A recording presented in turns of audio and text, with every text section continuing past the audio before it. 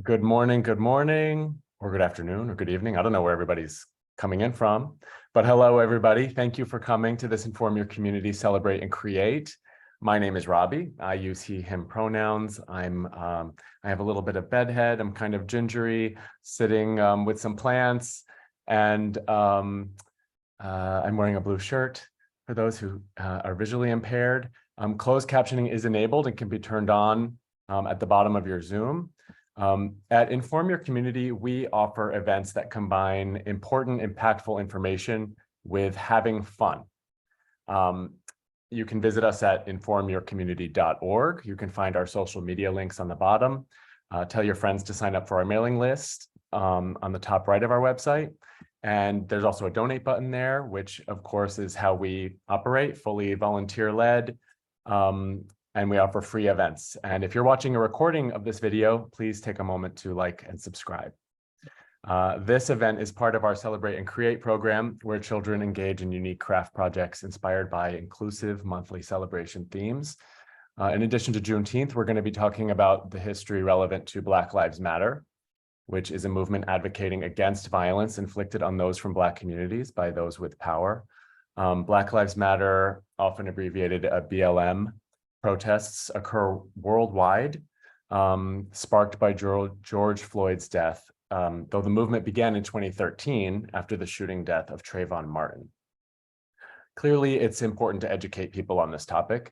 While we talk about this, we pay reference to the term Black or BIPOC, which is a term for those who identify as Black, Indigenous, and people of color. Throughout the craft, if you have any questions or comments on the craft or the topic, feel free to unmute yourself. You can talk or write in the chat, and we love to see your work in progress, so feel free to show your project to the camera as you make it and when it's complete. We're excited to have Michael A. Brown, whose pronouns are he, him, with us here today to help co-facilitate. Michael's an experienced business and civic leader. It would take an hour to tell you of his accomplishments, so take some time to go back to our event description on Eventbrite and check him out. Also, Stacy, our expert crafter, will help us with our craft today. Stacy, before we have Michael tell us a bit about him, can you tell us about our craft today, what we're going to be doing? Sure. So thank you, Robbie. Thank you so much. Thank you, Michael. Feel free as we go along today to tell us about yourself, and that would be great.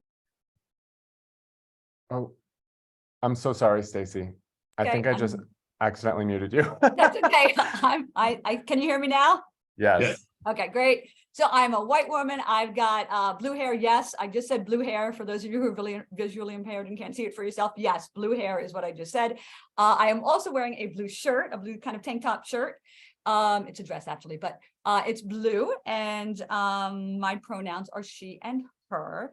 I chose this craft because when I was reflecting on Juneteenth, I was thinking about like so many holidays that we have, and there's other holidays that have been around so much longer, that people have known about so much more, and are more familiar with, and that there are so many people who are just still not familiar with what Juneteenth is all about. Juneteenth, for those of you who don't know, commemorates when slaves in Galveston, Texas, were found out that they were free people. So they were free people, but they weren't aware of that. The Emancipation Proclamation had freed them, but it took 2 years for it to get enforced so that they were finally told. Remember, this was before there was Instagram, and there was no internet, there was no social media. So how were they to know that they were freed? And they basically just weren't told. And so it took 2 years for them to be freed. And so that occurred on June 19th, or to know that they were free. So that was June 19th, 1865. And we commemorate that now as Juneteenth, which is actually 2 days from now. So we're so happy to have this event. And oftentimes you'll see sort of the commemorative logo, if you will, or graphic art of two fists that are raised like this. And when the arms separate, the chains are broken. And that signifies the meaning behind the end of slavery. And it's an image that we often don't know largely, but it's important in the Black communities, and we often talk about that. And that's great. And I think the fists too, they're about empowerment as well with that, which I only noticed recently when we were talking about it. Is that part of it too, do you think? That is absolutely part of it. That's great. And exactly that, like you said, we don't, a lot of people didn't know that that's what that symbol meant. And so that's why I picked this craft, because information is so important to help us to understand what we don't know, and especially about groups that we're not a part of maybe, and time periods that we weren't around for, right? So how do you know what's going on? It's through finding out information. And a lot of times when we find out information, it's through reading. And so I like to make reading fun. I did that with my children, and I always loved making bookmarks with them. And I thought, you know what, let's make a bookmark to encourage folks to look up information and to find out information. So I want my folks out there, give me a thumbs up if you like to read. Do I have folks out there who like to read? Yeah, that's great. I've got some very excited folks out there who like to read. So thank you, folks. So excellent. So today in our kit, if you have our kit, and I know some of you don't, I'll get to the folks who don't in a minute, but those of you who have our kit, you got our business card here. I'm going to show you right now in this other screen. Robbie, thank you for introducing us. In this other screen, you will see in just a moment, we have, there we go. We have our business card with the fun. We have spread, probably it says some spread wisdom on there, and you get a joke on there for those of you who have our kit, or a nice saying. You'll also see that you have a bookmark, a felt bookmark. You have a nice bead, a pretty bead. It's plastic, but it looks kind of cool. It's kind of cool looking bead. We've got some string, probably in 2 different colors. You should have it in. In my case, my little kit here has it in purple and red. You have some smaller flower stickers and some bigger flower stickers, which I'm taking out right now. So you will see these smaller stickers and some bigger stickers. And you're going to have a Velcro stick, not a sticker, but a Velcro flower. And we'll talk about that. And you'll have one kind of big sticker, and in some cases it might look like this. In some cases it'll just be a big flower.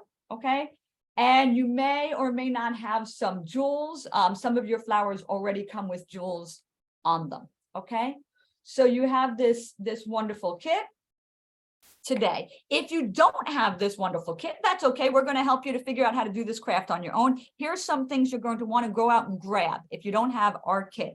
Okay, you want any kind of ribbon or yarn that will do for you to replace our ribbon here, our string here.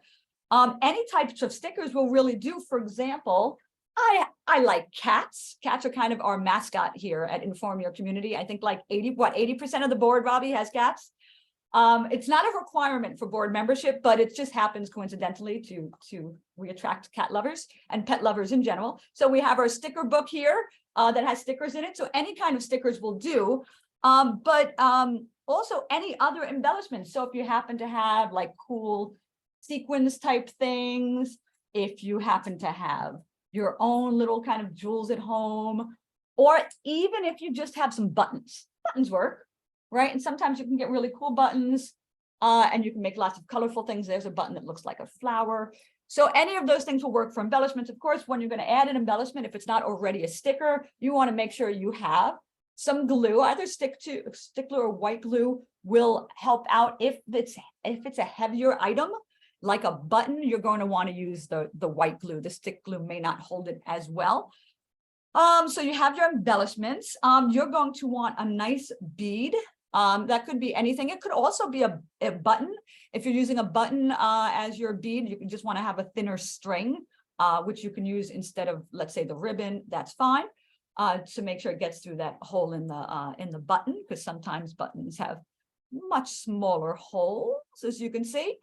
So that's great. So if you have a button or a bead, that would be great. Also, we really want just anything that will dangle off the bookmark and make it look kind of pretty, like we have our bead here. So it even could be, if you have an earring, if a family member has an earring lying around the house and they don't know where the earring partner is, they only have one and they don't want the one, you can use an earring and have it dangle off of your bookmark. That will work too.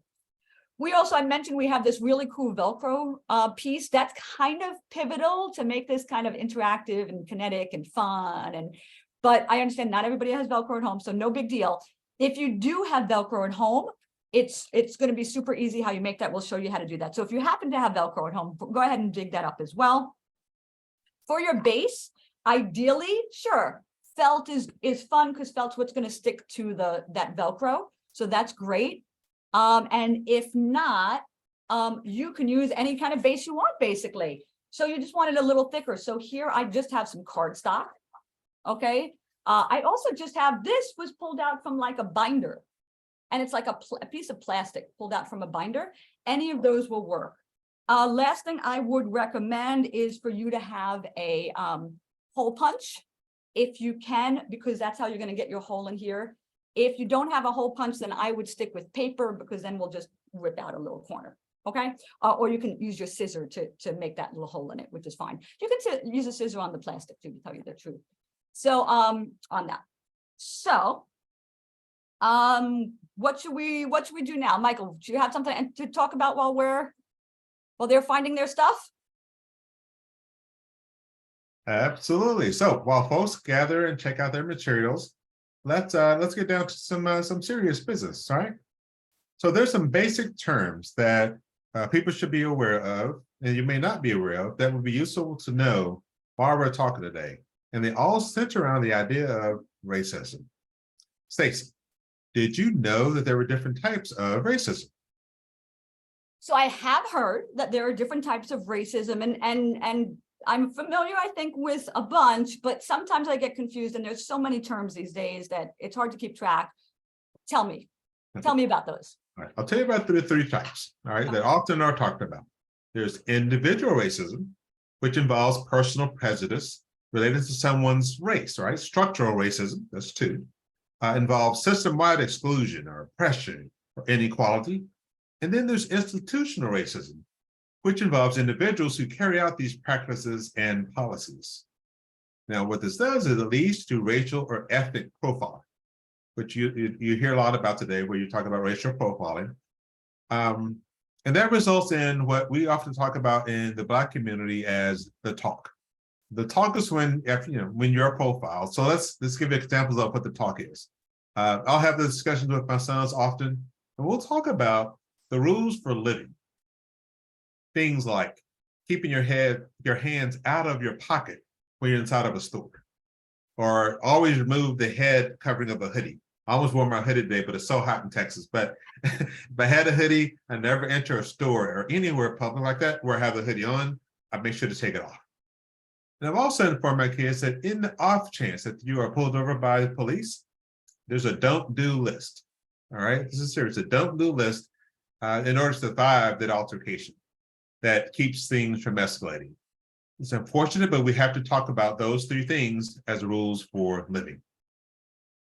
Thank you for sharing those, and that's something that, if you're not part of the Black community, you might not know what the talk, involves. So that's great for kind of elucidating that with us, and it also really highlights why it's so important for all of us to be actively anti-racist. Now, Stacey, what does anti-racist mean? That is a good question. So yes, let me tell you what anti-racist means. So being anti-racist means that we are proactively, so like in advance of something potentially happening, and then hopefully, preventatively, we're preventing the racism from happening. We identify racism and racist actions, or potentially racist and racist actions, to enable us to establish equity, which, there's a little bit of difference an important difference between equity and equality, but for those of you who don't know what equity is, you can think of it as equality, and to equitably share power amongst different people from different racial groups. Let's go back a bit. That word potentially, that's an important word, right, Stacey? It's very true. And we say potentially racist because it's hard to know 100%. I mean, yeah, sure. There's some things that's like, wow, that's racist, right? But there's other things that you just might not know. Like, is this going to be interpreted? Is somebody going to think this is racist? I don't know. Maybe it will. So it's important for us to know that, okay, we don't have to be like 100% certain it's going to be interpreted as racist. If we're being proactively anti-racist, we want to go, you know what? If there's a chance, maybe we just shouldn't do the thing, right?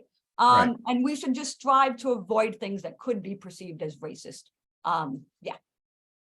So okay, actually, I think we want to get back to the craft. I think somebody put a question in the chat about a piece of fabric with a hole in it. I'm hoping what you're talking about is this felt piece. If it's not, let me know. But I think that that is what you're talking about. So I'm going to try to open my chat so I see.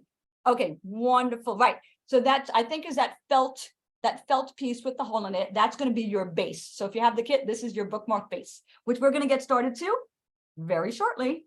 So what I want you to do right now is you have two beautiful string colors. I want you to pick one, choose your desired string and go ahead and set it aside. So in my case, I have a green bookmark that I'm going to be using. I'm going to choose my purple string for that. And if you don't have your kit, what I want you to do right now, and I'll be kind of demonstrating, is I want you to go ahead and cut your cardboard or your plastic, whatever you have to make your bookmark.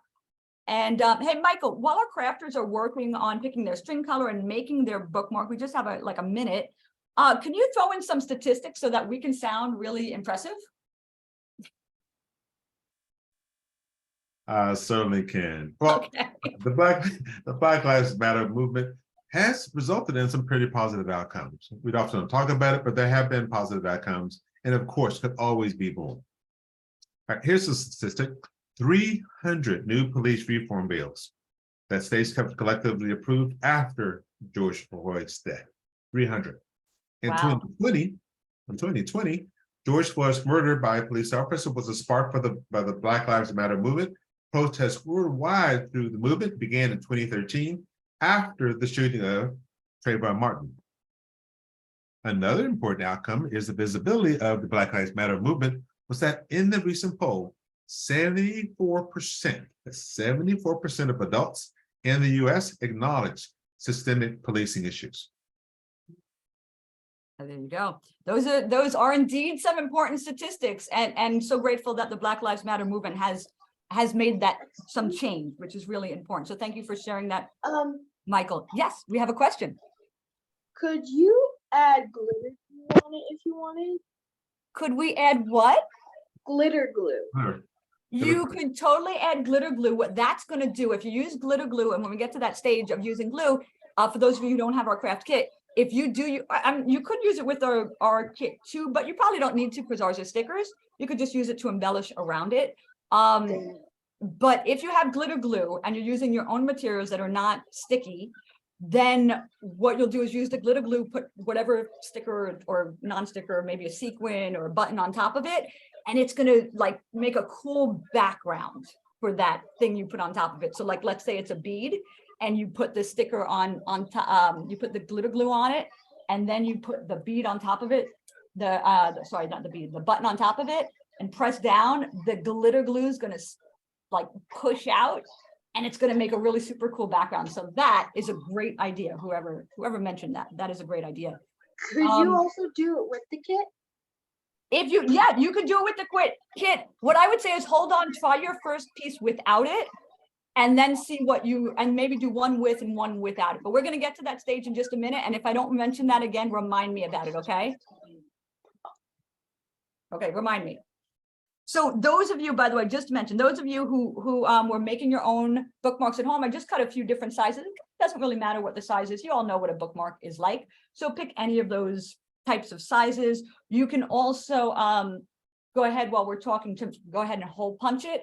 If you have a hole punch, if you don't have a hole punch, what you're going to want to do is grab a scissor and just make a little a notch there. So go in, you're going to make ultimately you're going to make a diamond, but you're going to make one little on a diagonal, a cut in, and then you can turn it and make on a diagonal. See if I can get that to you the other way, make another cut, and you'll have a little diamond shape, which kind of looks cool actually, right? Even if you don't have the hole punch. So hole punch or not, you'll be able to get that hole in there.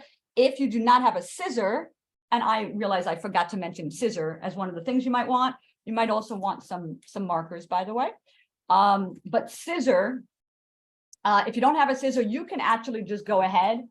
Probably you're pretty strong. You can probably go ahead and rip a little square piece out of your kit, of your materials from home. And once you have your string in there, that doesn't look so bad, right? So, okay. So then you're at the same place with the rest of the folks who have the kit, where you've got your bookmark all set up with your hole in it, which is where we want you to be. So now what I want you to do, whether you have our kit or you have your other materials, is go ahead and pick the flowers. Like, what flowers do you like the best? You absolutely can use all of them, but go ahead and pick if there's some you like more than others. I'm going to say that some of these flowers from our kit are stickers, and you'll know which ones are stickers because they're smooth in the back, because we'll peel those later. And then you each have one piece, if you have our kit, that has the Velcro. Go ahead and feel that Velcro. If you want to, raise your hand, not raise your hand, give us a thumbs up that you can feel that Velcro there. So you know which one's the Velcro piece. Go right ahead. And the reason we want the Velcro, I'm going to show you, this is so cool. Here's my one that's made. Okay, look how cool that looks. But check this out. I can now move that around. I can put it up there. I can put it over here. So with that Velcro piece and on the felt, you can move that around for your mood, whatever you want to do. Okay, so that's why we have that Velcro piece.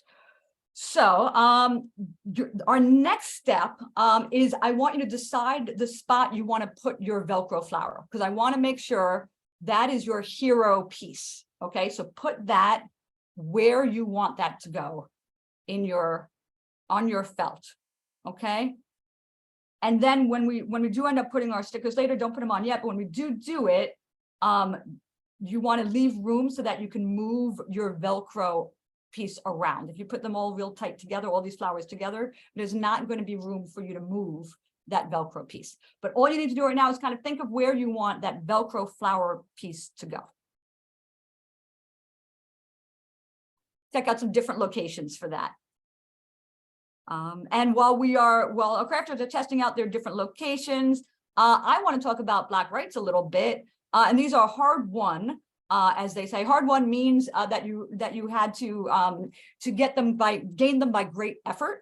And so, for example, it wasn't until the 15th Amendment, that means there was 14 amendments that came before it. It wasn't until the 15th Amendment in 1870, and that's only 150 years ago, then that African-American men were given the right to vote. And notice I said African-American men, not African-American women. So it took 150 years ago. And that's about 100 years after we became a nation of the United States, that African-American men were given the right to vote. So that was a very hard-won thing that Black men were able to finally get. Very true. And even after that, cities, local and state laws still worked against those rights. Oftentimes basically saying, no, we just don't agree. We won't implement that in our city or state. And that still happens today. So listen, about 75 years ago, roughly, in 1954, Brown versus the Board of Education mandated that schools desegregate. That is now the law. However, not all states agreed. In fact, Arkansas is a state that said, nope, we're not going to do it. Our schools will remain segregated. What does segregation mean? That means that Black kids and white kids were able to go to school together, a right that we enjoy today. But at that time in 1954, there was a disagreement about that. 75 years ago. Quick story. I mentioned Arkansas. The Arkansas governor said, nope, not going to do it. In fact, I'm going to have the National Guard protect our schools. We won't allow anybody that is African-American. The President Eisenhower then said, nope, well, I'm going to take control of the National Guard. And instead of blocking the schools, I'm going to have them escort the students into school. There were 9 children in Arkansas, the first 9 that were admitted into Central High School in Arkansas. One of the 9 children is actually a relative of ours. My wife's aunt is one of the Little Rock 9 you often will hear about. It was one of the 9 Black, and there's stories about, when the Beatles wrote the song Blackbird from the Love Beatles. that song. Paul McCartney states that it was inspired by what he saw in Arkansas, what he heard about when they were visiting the state. and Little Rock 9, not that long ago. And first of all, amazing family history there, and not even that long ago. We say history, but it's still relatively recent. That's absolutely amazing. And then even after that, so that was desegregation in schools, but even after that, it took another 10 years for the Civil Rights Act to stop businesses from discriminating based on race and other things like gender as well. So yeah, thank you for the history lesson there, Michael. And amazing family history there as well, intersection with that, which is great. So okay, but I know our crafters want to get some stuff done here. So step 4, okay, you know where your Velcro, what I call your hero piece, is going to be. Okay, your main piece. And if you don't have Velcro, it could just be the biggest piece that you have, where that piece is going to go. You can then lay out what you want your how you want your non-Velcro flowers to look like on your bookmark. Okay, and before you start peeling or using that glitter glue that one of our guests talked about earlier, you want to start moving your pieces around and kind of just showing where you want those pieces to go to. So put your pieces, make sure you do not cover that top hole. Okay, make sure you don't put your pieces too close together, because then if you have all of your pieces on the bottom, then you'll never be able to get your Velcro piece on the bottom, right? So you want to maybe spread them out a little bit so you have enough room. And once you do have your pattern set out, then you can start peeling those sticker pieces, okay? And all you need to do, sometimes it's useful to have a little bit of a nail. Maybe if you're younger, you might want a parent there to help you. But what you're going to do is just go ahead and peel your sticker off. I would start bigger stickers to smaller stickers.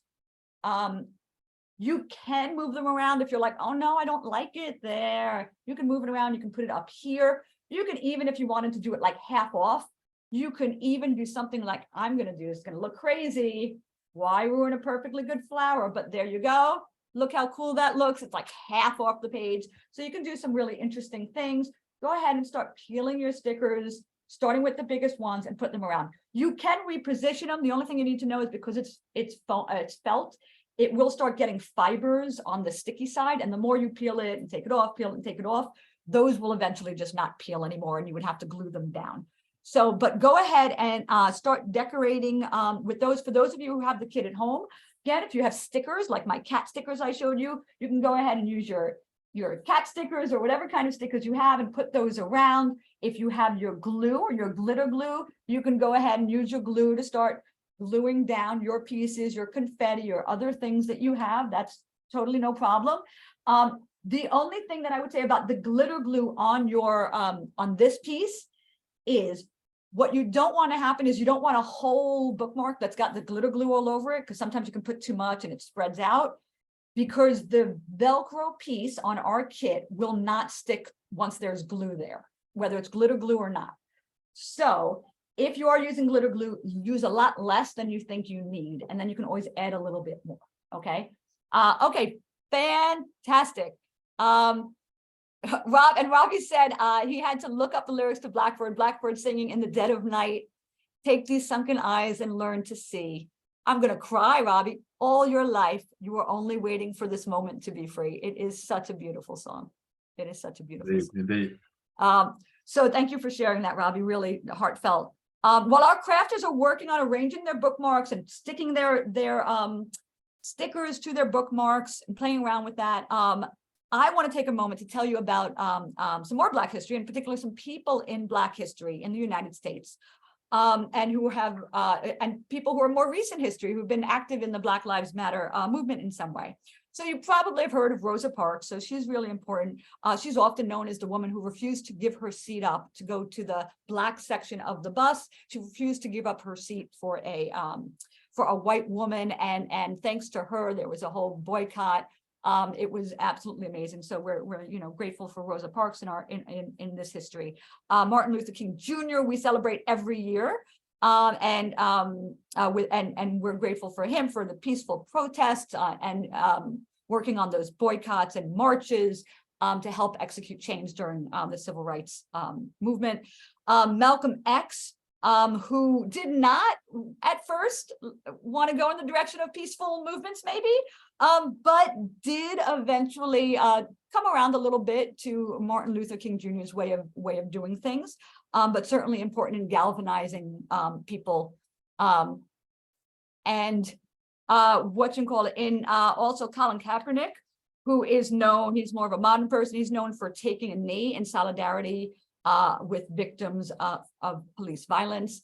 Also John Legend, there's a name you might know, an amazing musician, also somebody who's a celebrity who used his celebrity in order to raise awareness of the Black Lives Matter movement.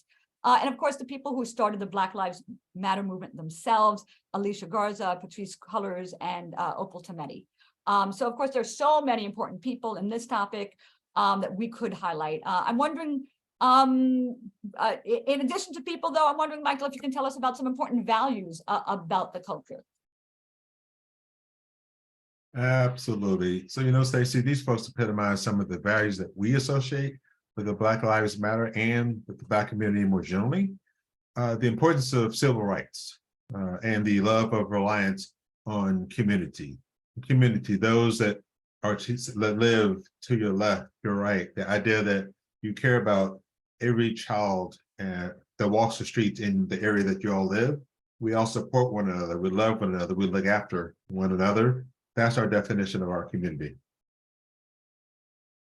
That's fantastic. That's absolutely great. What else? Oh, there are other values. That's what I wanted to say. There are other values that we associate with this topic. The idea of being unapologetically Black. I know you and I had talked about this idea that that a Black person is free to be authentic and true to themselves, that they don't need to get permission to be themselves. And that sounds weird, but to somebody who doesn't have that experience, that life experience. But if you may not know, in 2019, the Crown Act became law. And so we actually have a law that allows people to wear their hair in any manner they like. Now, for those of you who are not in the Black community, you may be like, that's kind of crazy. Like, of course I can wear my hair any way I like. But actually, there's businesses who would not allow certain hairstyles, particular hairstyles that are often associated with the Black community, cornrows and dreads and things like that, that would forbid employees, as part of their handbook and their work requirements, from wearing those hairstyles. So it took till 2019. We're talking 4 years ago, folks, 2019, for the Crown Act to be passed. To actually allow folks with different hairstyles than some companies wanted to allow to be required to allow them. So I can't even imagine that situation where I had to, you know, my company would tell me what hairstyle I can and can't have. So that's important to understand that idea of unapologetically Black, not having to ask for permission to be who you are. Also, excellence became a value as a result of systemic racism. The notion that we as African Americans have to work twice as hard to get half as far. We can't be good, we have to be great. So we always strive for excellence. A quick personal anecdote, but it was early at 16 years old when I became very aware of what it meant to be excellent. Not only was I involved in 28 organizations in high school, but I worked nationally on a board of directors on what it takes to be successful in college at 16 years old. I was on a national board in New York City at the College Board offices working on that. And that's because I wanted excellence for not just myself, but also everybody in the community. So we value that. We value excellence, and we value education as well. And we have a desire for justice. All right, Stacey, I got a quick statistic for you. You ready? Yep, lay it on me. 93%. The great majority, 93% of racial justice protests have been peaceful in the United States, have been peaceful. Of course. And that's a big percent, right? Considering that during a less than 2 week period between, let's say, May 26th of 2020 to June 7th of 2020, during the height of the Black Lives Matter movement, there were 140 protests a day. Whoa. Per day.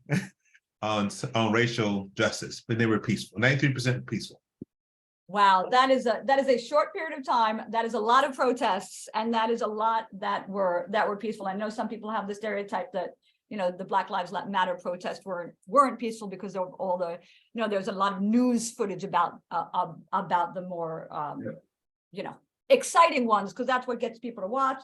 But 93% were nonviolent, and there were so many during that period, especially. So thank you for sharing that. And you know, well, it is justice the time to get, I didn't say that right. Well, No. it just is the time to get to the next step of the craft. Stacey, I can't believe you did that. I wish I did it right the first time. Oh, Robbie's giving the thumbs down for that one. Okay, my crafters, did I do the justice? Was that a, no? I got thumbs down for that. Okay, fine.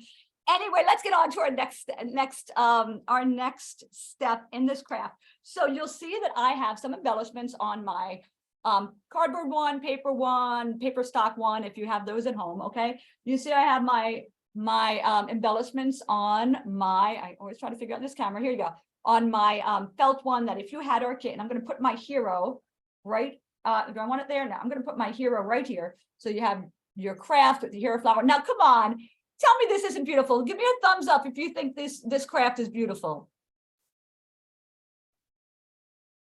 That is fantastic. That is fantastic. And by the way, there is, so Robbie just put in the chat, so I am so sorry. So it seems like we were corrected. So Amy Broadbent told us that, so Amy in the chat said, actually it was a man related to Rosa Parks in the bus seat. And Robbie said, you're right. It was a man, so I had said it was refused to give up, this Rosa Parks refused to give up her seat to a woman. I am totally wrong. Thank you, Amy, for correcting me. I kind of ad-libbed that part. So thank you for correcting me on that one. And Robbie, thank you for fact-checking that for us in real time. That is amazing. You are right. It was a man. Thank you, Amy. Again, Rosa Parks refused to give up her seat to a man. It was December 1st, 1955. So thank you. Thank you for correcting us there. We never want to be Excuse me? incorrect. Yes. Just watch Xavier Riddles. Yes. Teaches you everything. Wait, I'm sorry. Say that again. Watch Xavier Riddles. It teaches you everything. Oh, you've got a resource for us, Xavier Riddles. So Robbie, if you want to check that out, feel free to, if you want, put it in the chat. Thank you for telling us that. I really appreciate it. We love resources here. And you know, that's what this is about, sharing information and informing your community. So thank you for informing our community and this community about some more resources. So thank you. I know Robbie's going to check that out, but kudos for you. Kudos for you You're for welcome. your research too. Thank you. Thank you. Okay, so I know y'all want to get this next step done. So once you're done with your stickers and you've got your Velcro piece, that's great. You're going to take your string that you liked.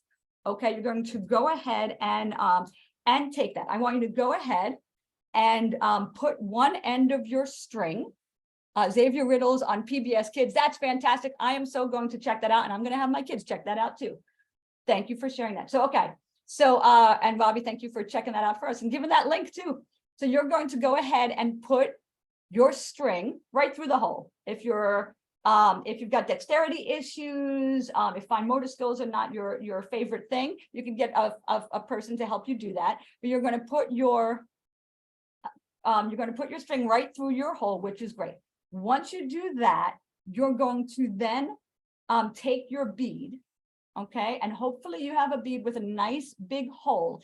If you're using with your own kit, you're going to do the same thing, put your string through whatever bead you have, you're going to put it on it. If your string size and your bead do not match, that's the issue. If your string size and your bead size and your bead do not match, please go ahead and just use thread.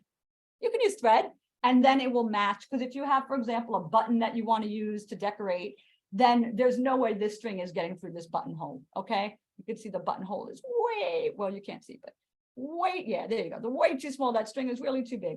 So just make sure that your whatever string you're using or ribbon or thread matches the size of your buttonhole. You're going to go ahead then and thread that string through your buttonhole.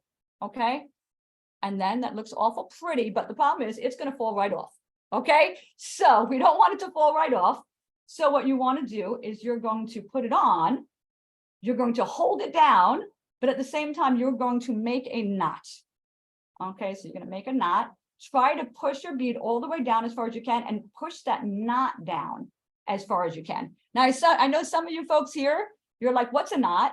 Because, we have little kids here and that's fine. You might not know what a knot is. So I'm just going to walk you through that briefly. So you're going to make a circle with your string. Okay. Then you're going to take the end of the string, the loose part of the string here, and put it through from the underside, underneath, through the hole. And then pull.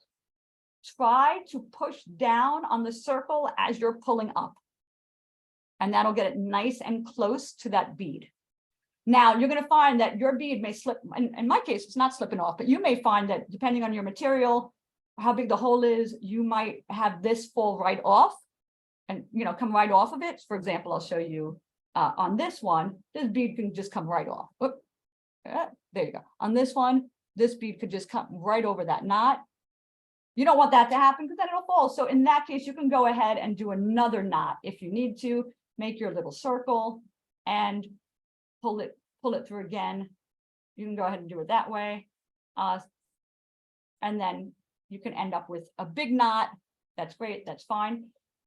What you can do if your knot is small enough and it's holding it on, you can actually tuck that knot in. And so you won't see the knot at all. You'll just see the string hanging out on top. Okay. Which is how this one is. That knot is there. Let me see if I can get it close for you. See the knot on top? But you can poke the knot into the bead and then you'll just have your string hanging out. Looks like we do have a comment. Is it in the fabric and bead or just the bead? So the string, I'm going to do it for you one more time. Let me see if I'm going to do it one more time for you. So you're going to put your string through the hole. Doesn't matter front to back, back to front, string through the hole. You're going to pull both ends together so that you're holding both ends in your fingers and you can dangle the bookmark. Okay.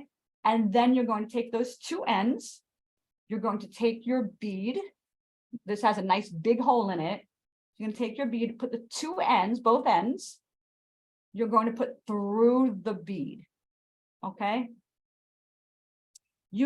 If you just did one end, the problem is going to be that you may have a nice knotted bead on this end, but then it's going to just fall right out of this side. So you've got to make sure you get both ends of that string through the bead. I'm going to show you again right now. You're going to take those ends, put them right through the bead, and then you're going to make a knot. If it's too hard to make the knot that way, you can also make the knot by separating the two strings and knotting them this way. You're just going to take some more time to make a bigger knot that way. But you can definitely do it. And it's a little bit easier doing it that way. So there you have it. Then you're going to poke that up, just the bead over the knot a little bit. And then it'll have the string stick out. So I think I answered your question on the chat, but let me know if you still have confusion there. So let's see. And I'm grateful for asking you the questions. If you have any questions, let us know. For sure. So let's see. I think you've got that part. And I am so sad because I think we're almost done with our event. And I've been having so much fun talking to Michael and hearing from everybody here. So once that's done, you're basically done. I will tell you, if you don't have our kit, you're going to do the same thing, right? You have your embellishments on it, right? So maybe you have some stickers. I happen to have these cool pear stickers. I happen to have these cool jewels.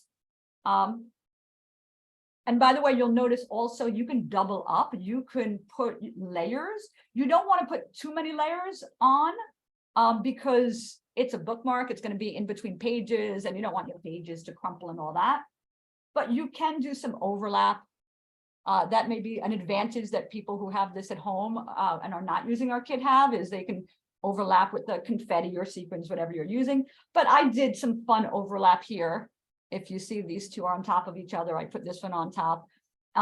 So if you don't have our kit at home, you're going to take whatever string you have, whatever ribbon you have, you've hole punched your hole, or you've made the diamond shaped in the top, or you ripped open a little piece of it. Either way, whatever works.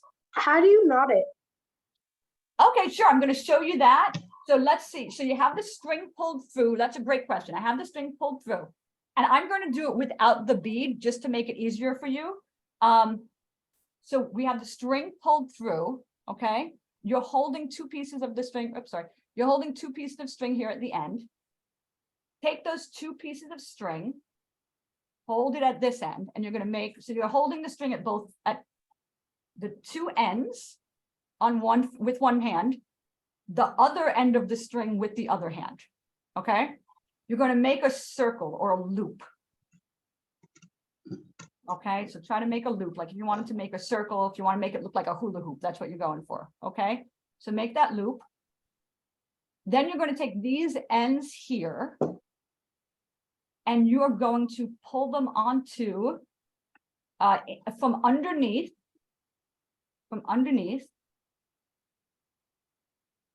you're going to pull those two ends through the middle of the hole.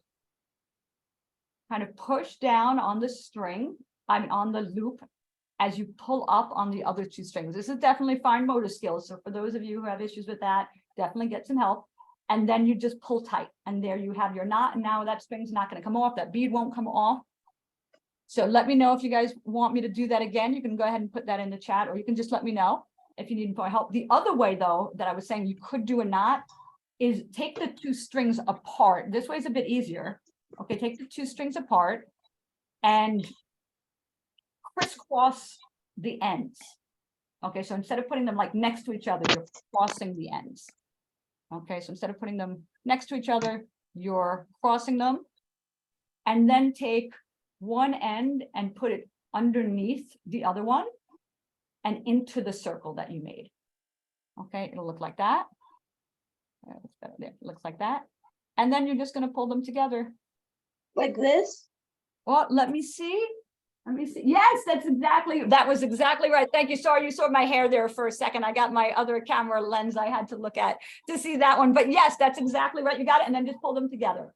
So either way that works is great. If you had the bead on it, you can actually, in theory, just probably, if you didn't put the bead on it, you can probably just add the bead.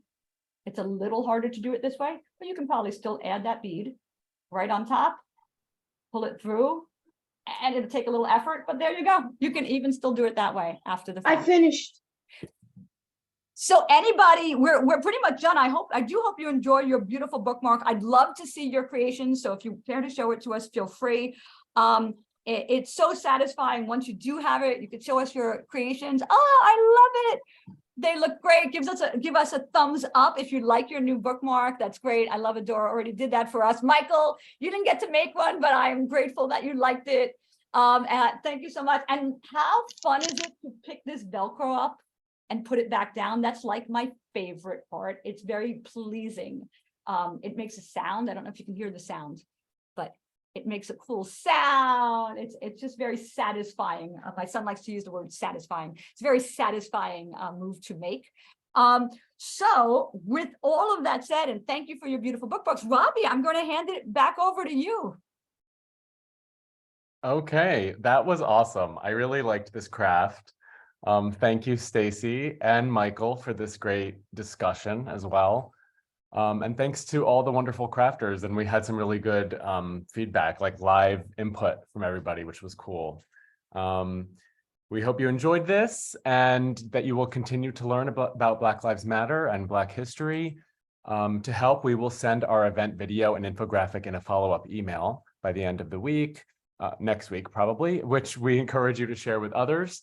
Also, please consider committing to a weekly act to raise awareness about issues related to Black Lives Matter. Getting informed by coming to this event is a great way to start. There are other important things you can do. You can commit to like one action weekly, like researching Black history. You could look up Alicia Garza, Patrisse Cullors, and Opal Tometi, who started the Black Lives Matter movement. If you've ever heard the phrase "say their names," it's about, talking about and never forgetting. There's so many people, unfortunately, but it's important to know that they're people and to know their stories and their families. And to remember them. People like Trayvon Martin, George Floyd, Breonna Taylor, Eric Garner, Sandra Bland, and I could be here all day, sadly. Acknowledge the importance of Juneteenth with others in some way, even if you're not BIPOC. And please take a moment right now to take our quick poll. I'm going to put it on the screen. This is not the same as the one that you're going to get in your email. So you should see it now on your screen popping up any second. It's just a couple questions. Our email will include another brief survey of what you thought of the event itself. Your feedback is really important to us. It helps us make them better, and we are getting better each time. To look and learn more about great Inform Your Community events. We have lots of other programs. We have movie nights, and actually we have a movie night coming up on June 22nd. It's a live streaming of the movie Tribal Justice. If you're watching this on YouTube, don't forget to like and subscribe. Please consider donating to cover the cost of the materials and shipping if you can afford it. It helps keep our events free for those who can't. And thank you all so much for coming today. And it was great to meet you, Michael. Thank And you. thank you for sharing those stories. Those were really cool. I like that you have that connection to the Beatles and the Little Rock Nine, and is it 9? 9, correct. Really cool. Thank you so much for sharing that. Thank you, Michael. Thank you, Robbie. Wonderful. Thank you, everybody, for coming Stacy. today. Thank you all. Bye, y'all. Bye.